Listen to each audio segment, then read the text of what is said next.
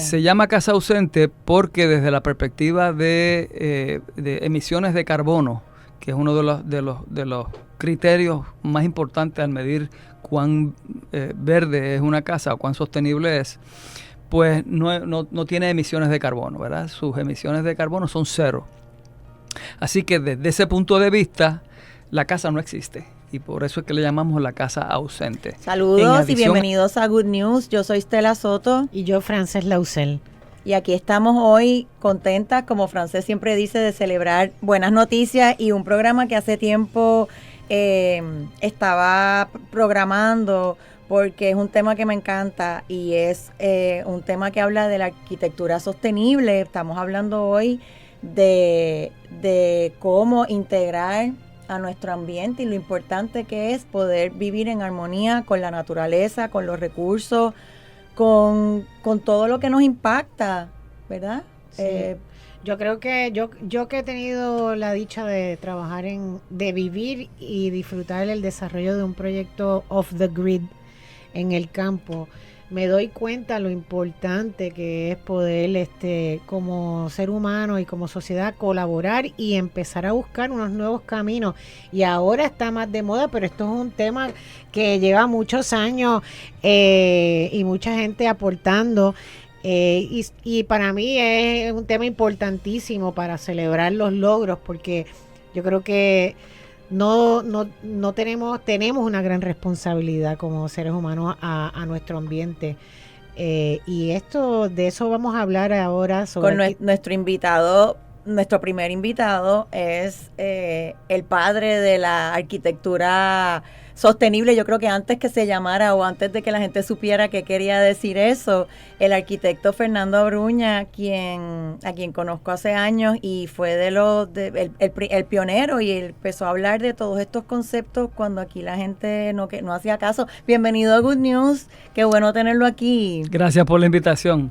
Qué bueno tenerlo y quiero que empecemos contándonos cómo se interesó, ¿verdad? Como arquitecto, cómo se interesó en esto de la arquitectura verde o sostenible, o qué fue lo primero que le causó esa curiosidad, porque usted estudió en Rhode Island School of Design y en Parsons, en Pratt, y después hizo un doctorado en California. En California con Bucky Fuller, sí. Que Bucky Fuller fue uno de los maestros. Sí, con él fue que hice el trabajo de doctorado, y él se reconoce principalmente por la invención de las estructuras geodésicas, que son estas estructuras en forma de una cúpula, un domo, pero son facetadas típicamente en geometrías de pentágonos y triángulos.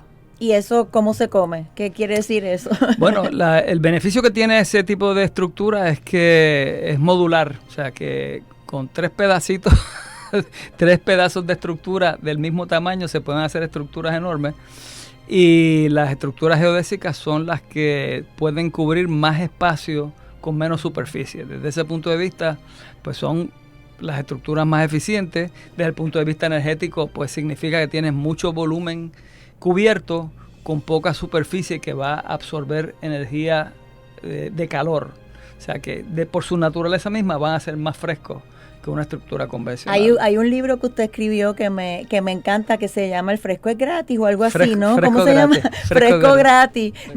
¿Ese libro en qué año de qué tanto estamos hablando? Eso fue en el 1980. Yo creo que más gente hoy en día debe buscar ese libro, y si está agotado, busquen el libro El fresco es gratis. Se consigue a través del website nuestro de manera gratuita, o el que quiera hacer un donativo lo puede hacer. ¿Y cuál es ese website para que la gente lo encuentre? Abruna and Musgrave. Ok, de Abruña Musgraves, los socios. abrunaandmusgrave.com.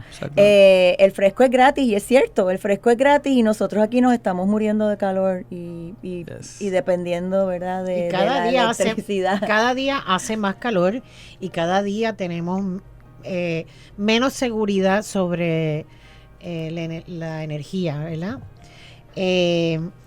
Me imagino que cuéntame un poco de ese libro, ¿qué es lo que trabajas en el libro?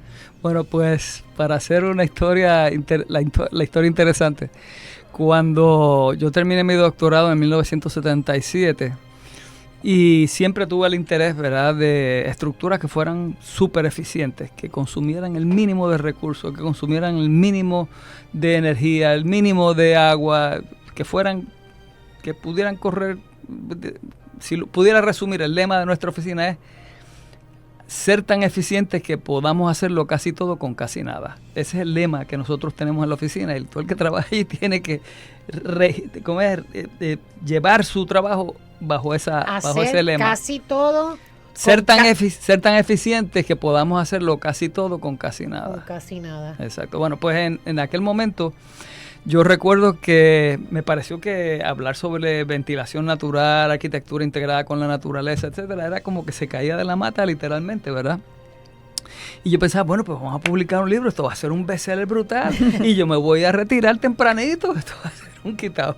El asunto es que fue un bestseller, pero yo me enteré que un bestseller en Puerto Rico eran cualquier libro que vendiera 1,000 ejemplares o más. Y 1,000 ejemplares es una bobería comparado con un bestseller en Estados Unidos, en otras partes del planeta, que son millones, cientos de miles. Exacto. Bueno, pues me di cuenta de que no me iba a retirar tan temprano. Y el libro tuvo una buena acogida, entonces eso levantó el interés y varios periódicos entonces hicieron entrevistas, y eso entonces abrió las puertas a que se hicieran seminarios, que se hiciera una discusión pública sobre lo que significaba el fresco gratis, que fue el término popular que utilizamos para introducir los conceptos de sostenibilidad y de estructuras que se integraran con el ambiente. Pero yo creo que el bestseller y lo que lo dio a conocer en realidad más fue La Casa Ausente.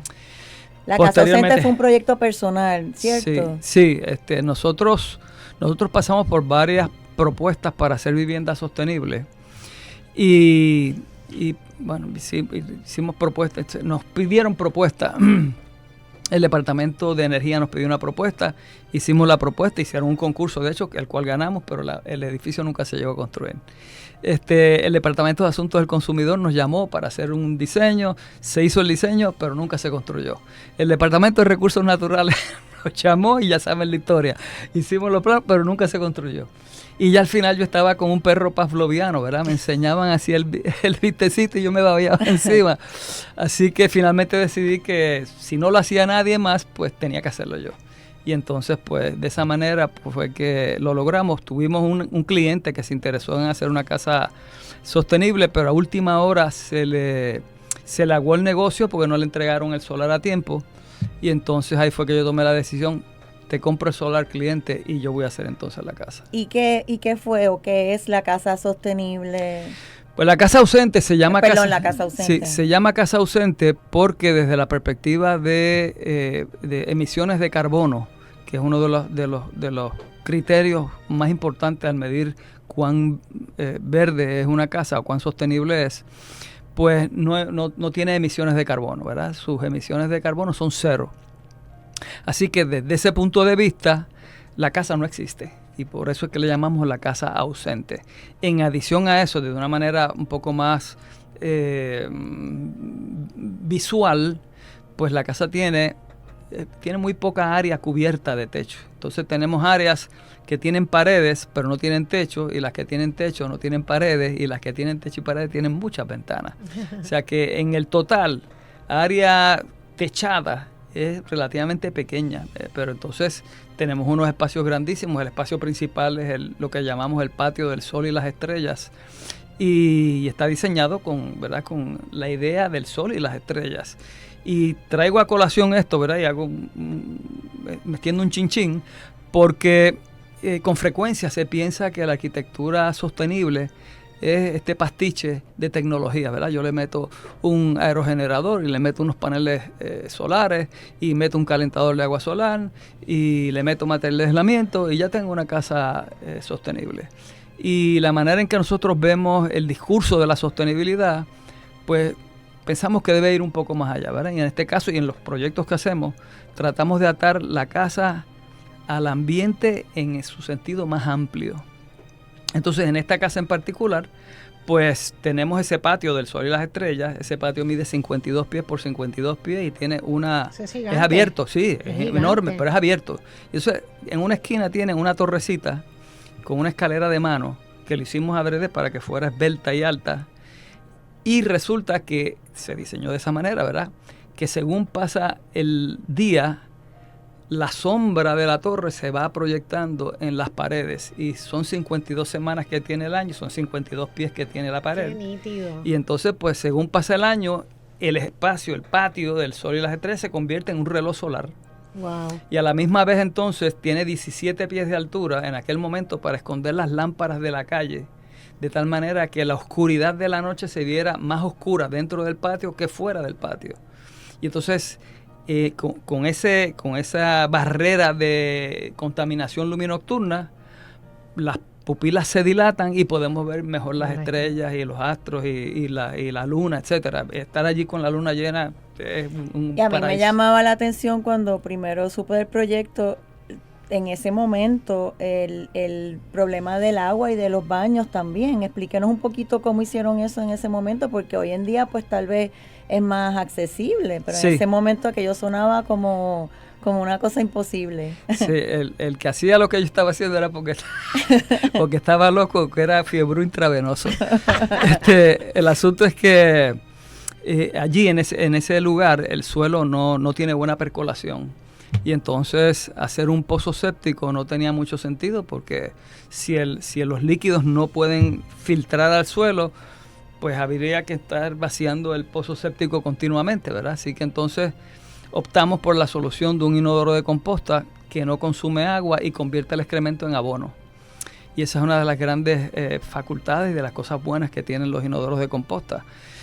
Posteriormente yo me entusiasmé tanto con la idea, ¿verdad? Y con la tecnología, que en esa casa pusimos 3 inodoros de composta con tecnologías diferentes, pero el principio básico es el mismo: convertir el excremento en abono. Me entusiasmé tanto que me convertí en representante de una línea de inodoros de composta y les puedo decir que fue un éxito rotundo. En 15 años vendimos 12 inodoros de composta. Imagínense. No Porque puedo la gente no creerlo. podía... Es que no culturalmente estaban no listos estaba, sí. para eso. Todavía no estaban preparados, porque yo creo que si todavía tiene la línea por ahí, tal vez ahora ahora venda más de eso. Y me da curiosidad, luego, eso fue mucho antes de María, ni de que aquí tuviéramos ¿verdad? Un monstruo como el que vivimos hace 8 años. ¿Qué pasó con la casa durante María? Eso es una magnífica pregunta. La casa se construyó en el 1999 y se quedó como algo, como un quirkiness, ¿verdad? Como algo raro que hizo el arquitecto Abruña. ¿Dónde está la casa? En Vega Alta. Y entonces, pues se hacían excursiones, se siguen haciendo excursiones de vez en cuando, ¿verdad? Cuando hay masa crítica como de un personas. museo. Como si fuera así, algo de exhibición, aunque es una casa donde vivimos típicamente fines de semana, nos vamos para allá. Mi residencia permanente está en el Viejo San Juan y ahí mismo tengo la oficina. Pero entonces, pues todo el mundo decía, está chévere, Abruña está nice, está desconectado de acueducto, desconectado de energía eléctrica, convertimos el excremento en abono, ya suena chévere. Pero no, en realidad no había suficiente peso de seriedad como para adelantar la idea. Posteriormente, pues la cosa pegó y hemos hecho varios proyectos de sostenibilidad y resiliencia, donde integramos nuevamente estos conceptos que les he hablado, ¿verdad? De atarnos a la naturaleza en su espectro más amplio. Pero cuando llegó el huracán María, pues entonces ahí sí nos dimos cuenta de que ahí podíamos probar el experimento. O sea, que lo vinimos a probar, eso fue en el 2017. 18 años después probamos que el concepto era correcto, ¿verdad? Y entonces, pues, una vez pasó el huracán María, nos fuimos para allá y estuvimos allí 45 días corridos. Con agua y luz. Con agua, electricidad y con inodoro funcionando perfectamente, fresquito. Y mi esposa me convenció en poner un acondicionador de aire, porque yo siempre he pensado en ventilación natural. Pero ella me decía, mira, Fernando, un airecito. De vez en cuando se mete el calor aquí, un airecito, uno nada más. Y como 2 semanas antes del huracán, yo cedí esa presión y pusimos el acondicionado que corre con sistema solar. Y fue una bendición, no solo porque demostramos que la casa es una propuesta razonable, una propuesta racional, pero también nos dimos cuenta de que se puede vivir en contacto con la naturaleza. Una de las cosas que yo aprendí también es que, primero, que nos dio a los dos, nos dio un sentido de culpa, ¿verdad? De lo que en inglés llaman survivor's guilt. De que los demás no tenían lo que ustedes tenían. Los demás estaban fastidiados, el país entero estaba Ahora, fastidiado. ¿quién era el que estaba loco? Y nosotros, pero nosotros en estado de confort, tranquilo, chévere, todo muy bien. Y gracias a su esposa con aire acondicionado. Y entonces, pues entonces eso nos motivó a hacer entonces unos planos que pusimos en el website, en el dominio público, para aquellas personas que tuvieran necesidad de una vivienda luego del paso del huracán, pues que no hicieran cualquier vivienda, que hicieran una vivienda que fuera sostenible y resiliente. Y esos planos se pueden descargar también de forma gratuita a través y una pregunta en términos de costo, ¿verdad? Porque pues es otro tema importante, que en Puerto Rico pues no hay vivienda asequible y pues todo está complicado. ¿Cómo compara si yo quiero, ¿verdad? O aquí Frances que se quiere comprar un terrenito, hacer una casita en el campo? ¿Cómo compara? Voy a comprarme un terrenito y hacer una casita en el campo sostenible. Declarado. ¿Cómo compara hacerlo, ¿verdad? Hacerlo de manera sostenible versus manera tradicional? Bueno, pues para que tengan idea de escala y cómo han variado las cosas en el tiempo, en el 99 esa casa costó la construcción, incluyendo los equipos fotovoltaicos, los inodoros, el sistema de cosechas de aguas de lluvia, etcétera, $170,000. En el 99. En el 99. Hoy sería bastante más. Pero en el lugar donde está, las otras casas que hay allí son unas casotas de millones de pesos. Esa casita allí es como el pesebre de la urbanización. Pero los costos han aumentado descomunalmente desde María para acá, ¿verdad? Entonces, más recientemente, con los cambios en el mercado mundial, pues los costos han incrementado de una manera que es totalmente irracional. Pero existen opciones. Para que tengan también idea, en aquel momento el costo de un vatio de potencia conectado a través de un sistema fotovoltaico rondaba los $15 por vatio. Hoy día, para una instalación residencial, para hacer una comparación similar, debe estar como en $2. O sea que si alguien está tentado a poner un sistema de energía solar renovable, ahora es el momento, ahora es cuando más barato ha estado esa tecnología y ya está madura. Cuando nosotros lo cogimos, los paneles eran de poca eficiencia y eran carísimos, ¿verdad? Ahora pues se puede lograr, y digo, como parte del diseño, pues uno trata de que la estructura sea súper eficiente, que consuma la mínima cantidad de agua, la mínima cantidad de energía, que sea lo más fresca posible. Para que tú tengas idea, ¿verdad?, de si vas a hacer esa casita que tú quieres hacer, nosotros recién quiero decir, hace como casi un año, terminamos un tiny nano house, una cosita pero minúscula, de 96 pies cuadrados, ¿okay?, que tiene su inodoro de composta, cosecha aguas de lluvia, tiene su sistemita fotovoltaico que tiene como punto bicicleta, o sea, lo que consume es nada. Imagínate, es tan pequeñito, es como el tamaño de esta oficina tal vez. Con una sola bombilla iluminas todo el espacio, ¿okay? Y lo que fue gracioso cuando lo hicimos esto al cliente fue que ella tiene un Jeep Willys y yo busqué por curiosidad las dimensiones del Jeep. Y es más grande. El Jeep tiene 0.7 pies cuadrados más que la casita, exacto. Y entonces, eso lo hicimos como proyecto demostrativo porque en realidad estamos haciendo ahora 2 tiny houses adicionales en el mismo lugar, pero ella quería esto adelantado para disfrutar de la finca que había comprado. Le puso un nombre lindísimo, el Bosque Feliz. Entonces pues, se llama la casita del Bosque Feliz, es la casita que vamos a hacer ahora. Y entonces esto fue como un preámbulo y fue como un proyecto demostrativo, experimental. Y para sorpresa mía, pues lo sometimos al concurso de Home of the Year Awards de Green Builder Magazine y nos dieron una mención de honor. ¡Bravo! Para una cosita minúscula. ¡Qué O sea, una bueno! cosita que de hecho, lo sometimos para la Bienal de Arquitectura sabiendo que no teníamos la más mínima posibilidad, ¿verdad? Pero lo hicimos como un statement, ¿verdad? De, mira, estas cosas hay que empezar a considerarlas, estas cosas hay que pensarlas, hay que darle la seriedad que merece, porque los costos de vivienda en Puerto Rico, hablar de una vivienda de interés social o subsidiada, estamos hablando de por lo menos $250,000. Eso es inaudito. Y entonces, pues, hay que empezar a considerar no solo ser eficientes en el uso de los materiales, en el uso de los recursos, etcétera, sino también en el uso del espacio. Y entonces, pues, hacer espacios más pequeños es una proposición que debe tomarse con más seriedad. Pero ¿y más o menos cuánto salió ese mini tiny? Pues para que tengas idea, estructura? eso se hizo en madera con material de aislamiento en el techo, su cisternita de 84 galones. Allí llueve todos los días, esto es en Río Grande. Eso se hizo por $9,000. Frances, tienes que buscarte la vecina, la casita feliz, la tuya, el bosque feliz, el tuyo.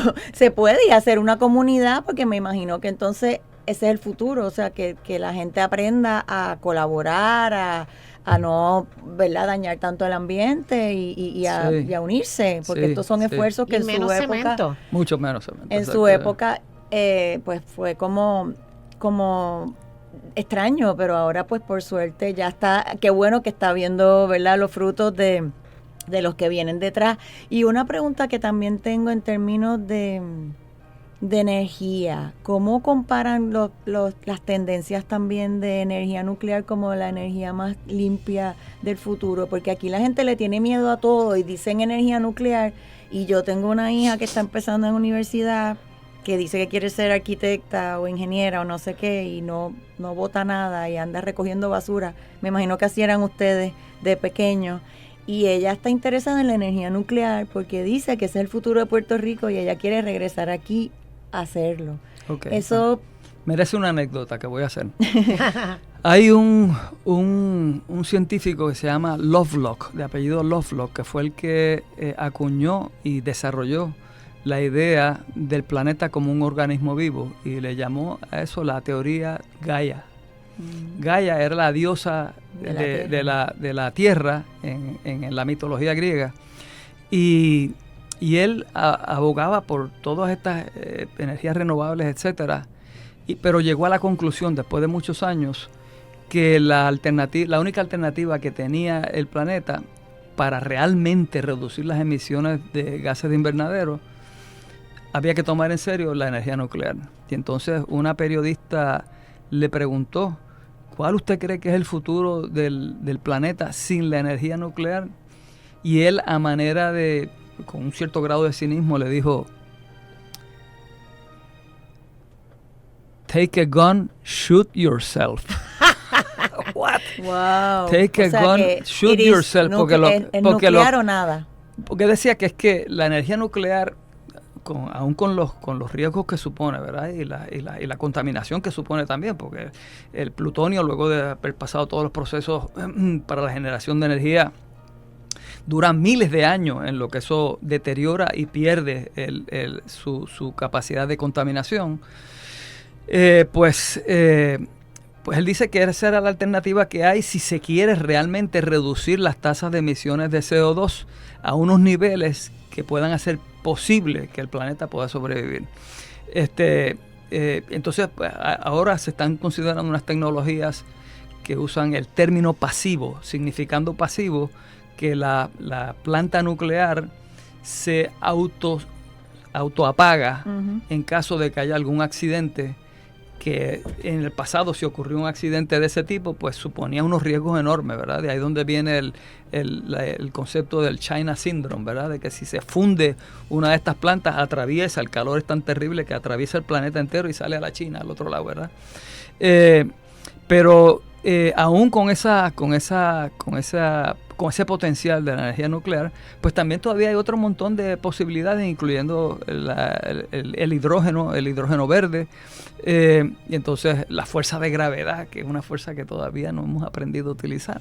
Ya existen, si tienen oportunidad, pueden buscar lamparitas que funcionan por gravedad, que no necesitan ni el sol. Wow.